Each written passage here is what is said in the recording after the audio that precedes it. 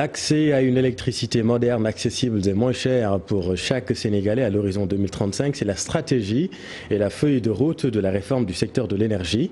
Un projet financé à hauteur de 350 milliards de francs CFA par le gouvernement américain. Le ministre de l'Énergie et du Pétrole, Mohamedou Makhtar Cissé, a reconnu des contraintes majeures comme l'accès difficile à l'électricité dans certaines zones rurales et son coût élevé, entre autres, véritables freins pour la croissance économique du pays. Compte rendu Maguette Souaré Diallo et Gervais Yao. L'énergie, un secteur clé au Sénégal. Pour améliorer sa distribution, l'État et ses partenaires annoncent une réforme à l'horizon 2035.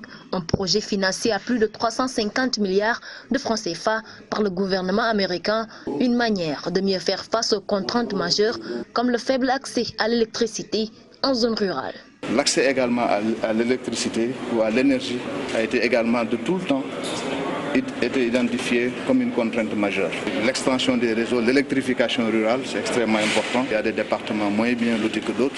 Autre obstacle majeur au développement du secteur énergétique, le coût élevé de l'électricité au Sénégal, une situation qui peut constituer un frein à la croissance économique locale.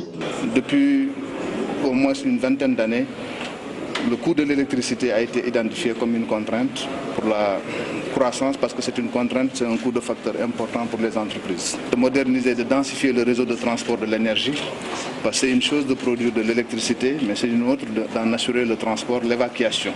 Et cela est extrêmement important. Pour l'ambassadeur des États-Unis au Sénégal, l'amélioration du réseau de l'électricité du pays nécessite aussi l'implication du secteur privé national. Nous voulons viser aussi la participation du secteur privé parce qu'il est clair, ces derniers temps, le gouvernement ne peut pas tout faire. Le gouvernement va créer un environnement propice au secteur privé d'arriver et c'est ça vraiment qui est très important dans ce sens-là. La présentation de la stratégie et de la feuille de route de l'électricité du Sénégal à l'horizon 2035 intervient à une période où la demande est devenue plus forte et que les délestages sont de plus en plus notés dans beaucoup de localités du Sénégal.